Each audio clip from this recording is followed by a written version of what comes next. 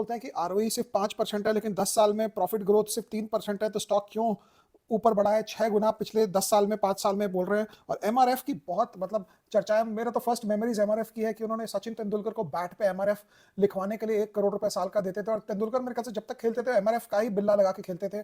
But हमारी तो fond memories MRF की वहां से है, जब से सचिन तेंदुलकर उसको लगाना स्टार्ट किए। स्टॉक पे कभी ध्यान नहीं दिया बिकॉज कभी टायर कंपनी, कभी सिक्लिकल लगा, कभी दिमाग में सेट नहीं हुआ कि टायर में क्या लंबा पैसा बन सकता है क्या। लेकिन कई बार आप लाइफ में आप अपने बायसेस लेकर जब चलते हो तो पैसा उतना बनता नहीं है, बायसेस को थोड़ा साइड करना पड़ता है और जो नया जो चल रहा है उसको देखना पड़ता है। लेकिन एमआरएफ क्या आप ले सकते थे? क्या मैं ले सकता था? अगर मुझे ये 2011 में कोई बताता कि अगले 10 साल में ये होने वाला है, तो उसका हम चेक करते हैं।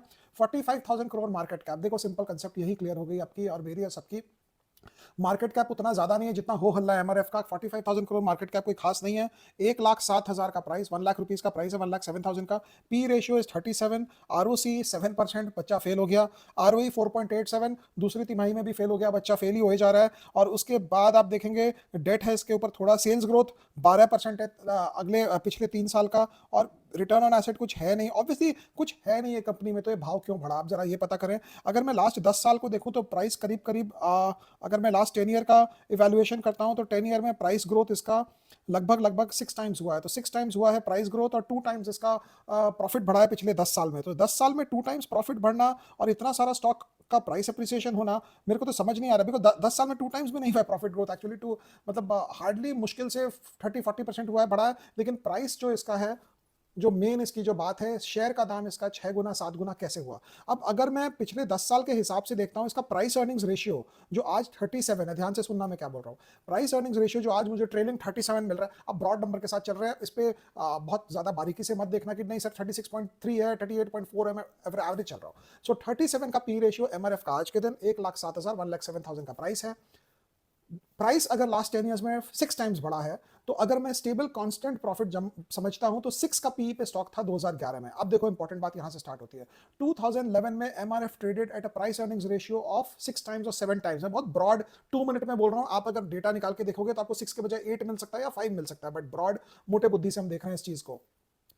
एक और इंपॉर्टेंट बात है, अगर ये 6 टाइम्स प्राइस बढ़ा और आज के दिन इसका मार्केट कैप 45,000 करोड़ का है, तो 10 इयर्स पहले, 12 साल पहले इसका स्टॉक का अगर आप मार्केट कैप देखेंगे एमआरएफ का, तो लगभग लगभग 7,000 करोड़ का मार्केट कैप था। सो 7,000 करोड़, 6 का पी, एमआरएफ जैसा stock, not growing top line, not paying dividends, not doing anything. और उसके बाद इंपॉर्टेंट चीज ये हुई एमआरएफ के स्टॉक के साथ कि ये रिटेल उस समय लेता नहीं था। उस समय रिटेल का, जिसको हम लोग मारवाड़ी में बोलते हैं, हाव नहीं खुला था कि जाके चल 10,000 का स्टॉक ले लो। उस समय तो ये था कि जहां 1,000 रुपए के ऊपर स्टॉक गया रिटेल छोड़ देता था, हमको लेना ही नहीं है। आज के दिन रिटेल डिफरेंट हो गया बिकॉज रिटेल ने एमआरएफ देखा, रिटेल ने पेज इंडस्ट्रीज देखा, रिटेल ने आयशर मोटर देखा, रिटेल ने एक से एक स्टॉक देखे। तो आज के दिन रिटेल जो है वो अपना दिमाग खोलकर बैठा है कि अब ये स्टॉक को मैं किस ढंग से आगे एनालिसिस करूं कि क्या पता ये 5,000 से 10,000 भी हो सकता है, 10,000 से 15,000 भी हो सकता है। तो रिटेल की मानसिकता चेंज हुई है। वो डिटेल अभी नहीं करते हैं बिकॉज हमको 2 मिनट के अंदर सब रखना है। वैसे भी 2 से ज्यादा मिनट हो जाते हैं, 4 मिनट हो गए, 2 मिनट, क्योंकि समझाते भी हैं बाद में एनालिसिस के बाद। So coming back to it, the stock 10-12 years back was at a price earnings ratio of 6 to 7, market cap 7,000 crores।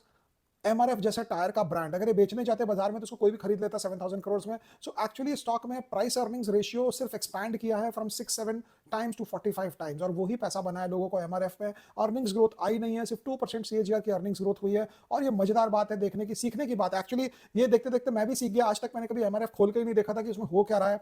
तो I think we should all thank this gentleman जिन्होंने ये स्टॉक को सजेस्ट किया कि sir इसको थोड़ी analysis करें, क्योंकि इसके बाद हमें पता चला कि बिना अर्निंग्स ग्रोथ के भी पैसा बनता है इस बाजार में। क्यों बनता है? क्योंकि आपका पी एक्सपेंशन हो जाता है। तो मेन चीज है पी एक्सपेंशन, जिसकी कोई बात ही नहीं करता। और अर्निंग्स ग्रोथ जो है वो इस बाजार में आता है और जाता है, लेकिन पी एक्सपेंशन अगर आपका हो गया तो मुझे लगता है कि पैसा मेजर वही बनता है। और एमआरएफ के साथ वही हुआ, इसका पी एक्सपेंशन बहुत जोर का हुआ and that was the reason why stock ऊपर बढ़ा इतने सालों में। नेक्स्ट क्वेश्चन ले रहे हैं हम, बट ये सोचने की बात है, आरओई आरओसी भी कम है, इसने कभी डिविडेंड नहीं दिया, बोनस नहीं देता है, बोनस भी नहीं देता, तभी तो 1 लाख का स्टॉक हुआ इसका प्राइस।